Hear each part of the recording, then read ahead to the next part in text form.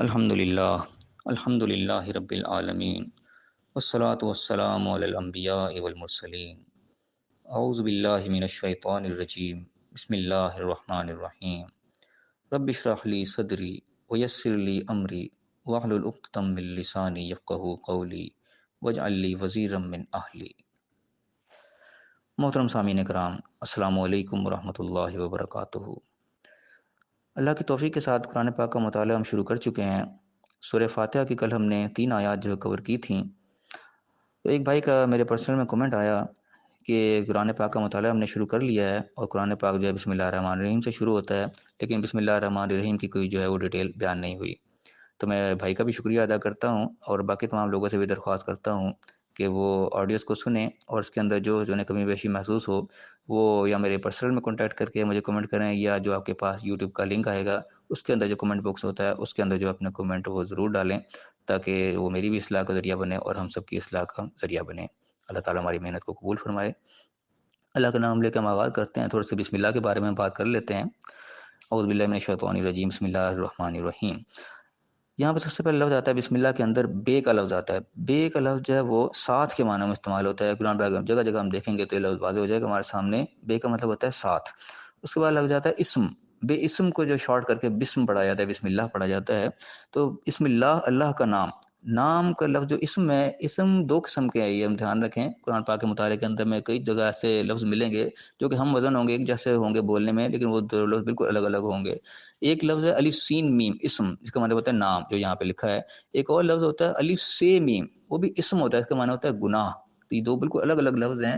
تو اس طرح کی چیزیں جب بھی ہمیں ملیں گے تو ہمیں اس چیز کا دھیان رکھنا ہے کہ 2 چیزیں آپس میں مکس نہ کر بیٹھیں گی۔ اور اسی طرح کئی مقامات ایسے جو پھر زیر زبر کے فرق سے صرف جو ہے وہ ترجمے کے اندر زمین آسمان کا فرق آ جاتا ہے۔ تو یہ ہمارے دھیان میں ضرور رہنی چاہیے بات۔ تو بسم اللہ الرحمن الرحیم، اللہ کے نام کے ساتھ جو بڑا رحمان الرحیم ہے۔ رحمان الرحیم کی ڈیٹیل تو ہم کل پڑھ چکے ہیں آیت نمبر 2 کے اندر۔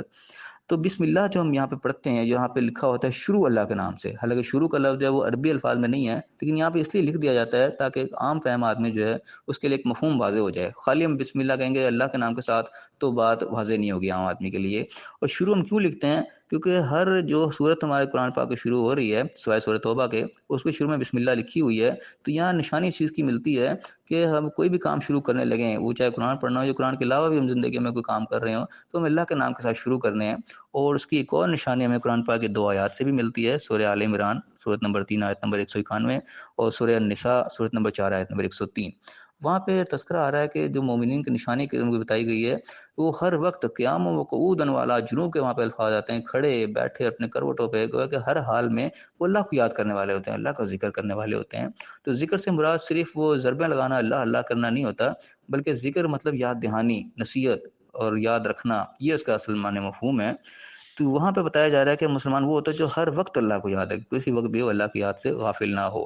تو کوئی بھی کام شروع کرنے لگے ہوں اس وقت بھی ہمیں اللہ کو یاد کرنا ہے۔ اور یہ ہر جو صورت سے پہلے بسم اللہ ہے، یہ خاطب اسی کی نشانی ہے، کوئی بھی کام شروع کرنے لگیں تو ہم نے اللہ کے نام کے ساتھ شروع کرنا ہے۔ تو اسی لیے بسم اللہ کے ترجمے کے اندر جو وہ شروع کا لفظ ہے وہ ڈال دیا جاتا ہے تاکہ ایک پورا مفہوم واضح ہو جائے۔ تو بہرحال ایک تھوڑی سی بات اس کے متعلق جو میرے ذہن میں تھی وہ میں نے شیئر کر دی۔ مزید علماء کی بھی سنیں گے تو اس کا مزید آپ کو بہت اچھی ڈیٹیل بھی اس کے بارے میں مل جائیں گی۔ اب آگے اللہ کا نام سے آیت نمبر 4 سے اپنے درس کا ہم آغاز کرتے ہیں۔ اعوذ باللہ من الشیطان الرجیم، بسم اللہ الرحمن الرحیم۔ ایاک نعبد و ایاک نستعین، ہم تیری ہی عبادت کرتے ہیں اور تجھی سے مدد چاہتے ہیں۔ یہ ایک عام سادہ ترجمہ ہے جو ہمارے سامنے چلتا ہے، ہمارے ذہنوں میں ہوتا ہے۔ اس میں ہم دیکھ لیتے ہیں ایاک نعبد، ہم جو کہہ رہے ہیں ہم تیری ہی عبادت کرتے ہیں، یہ عبادت اصل میں چیز کیا ہے، کس کو عبادت کہتے ہیں، اس کی ہم تھوڑی ڈیٹیل جاننے کی کوشش کرتے ہیں۔ عبادت کے اصل معنی مفہوم جو ہوتے ہیں وہ ہیں غلامی کرنے کے۔ عبد کیسے؟ اصل میں غلام کو، ہمارے یہاں تو عام طور پہ یہی ہمارے ذہنوں میں ہوتا ہے کہ روزہ نماز ہم کر رہے ہیں، صرف یہی عبادت ہے، حج زکوٰۃ وغیرہ، یا جس طرح ہم غیر مسلم کی عبادت کرتے دیکھتے ہیں کہ وہ اپنے بتوں کے سامنے ادھر ادھر جو بھی ان کے طریقہ کار ہیں وہ لگے ہوئے ہیں۔ تو ہمارے ذہن میں اس عبادت کا خیر یہی مفہوم جو ہے وہ غالب رہتا ہے ہمارے ذہنوں کے اندر، لیکن اس کا مفہوم اس سے اور آگے ہے۔ عبادت کہتے ہیں غلام کو، اس کے لیے 2 آیات قرآن سے ہمیں اس چیز کی نشاندہی دیتی ہیں۔ ایک سورہ بقرہ سورۃ نمبر 2 آیت نمبر 178 اور سورہ مومنون سورۃ نمبر 23 آیت نمبر 47۔ ان 2 آیات کو آپ دیکھیں گے تو یہ مفہوم آپ کے سامنے واضح ہوگا۔ تو اصل میں عبد کہتے ہیں غلام کو، ہم اللہ کے غلام ہیں۔ غلام کا کیا کام ہوتا ہے؟ غلام کا کام ہوتا ہے اپنے آقا کے حکم کو ماننا، جو اس کے آقا نے، اس کے مالک نے اس کو کہہ دیا وہ اس کے سامنے اس نے یس سر کرنا، اس نے نو نہیں کرنی. تو ہم اصل میں اس چیز کا اقرار کر رہے ہیں کہ اللہ کے سامنے یا اللہ ہم تیری ہی عبادت کرتے ہیں، ہم تیری ہی غلامی کرتے ہیں، گویا کہ جو تو ہمیں حکم دے گا ہم تو وہی ماننے والے ہوں گے، جو تم حکم دیتا ہے ہم وہی مانتے ہیں. یہ اللہ کے سامنے ہم اقرار کر رہے ہوتے ہیں.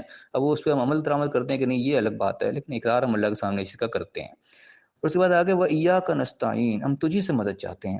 اب یہ کہ نستعین کے اوپر بڑی بڑی ڈیٹیلز ہوتی ہیں. جو لوگ غیر اللہ سے مدد مانگنے کے قائل ہیں وہ ان کے خلاف یہ آیت پیش کی جاتی ہے، وہ اپنے دلائل دے رہے ہوتے ہیں، ہم اپنے دلائل دے رہے ہوتے ہیں یہاں کے لوگ.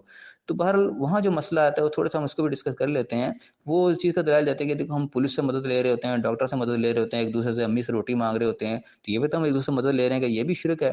بات یہ نہیں ہے، یہاں تو غلط فہمی ہوتی ہے، اس کو ہم دور کرنے کی کوشش کرتے ہیں.